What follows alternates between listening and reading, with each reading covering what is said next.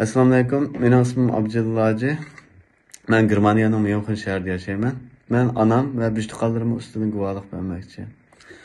Bu bo'lsa mening onam Shamshqimar Abduz. Bu yil 72 yoshda. Onamni 2018 8-oydan boshlab lagerga akirib ketgan. Mush vaqtgacha xabari yo'q. Bu bo'lsa ayolimning adisi Zuhra To'xti, 41 yosh. Bu adimizni bizdan telefonda aloqalashdi deb lagerga akirib 1 yildan keyin 12 yillik qamoq jazosi hukm qilganini anladik. Men Xitoy hukumatidan bishtiqalarimni, onamni, bu adimizni hozirning o'zida qo'yishni talab qilaman. Mana rahmat.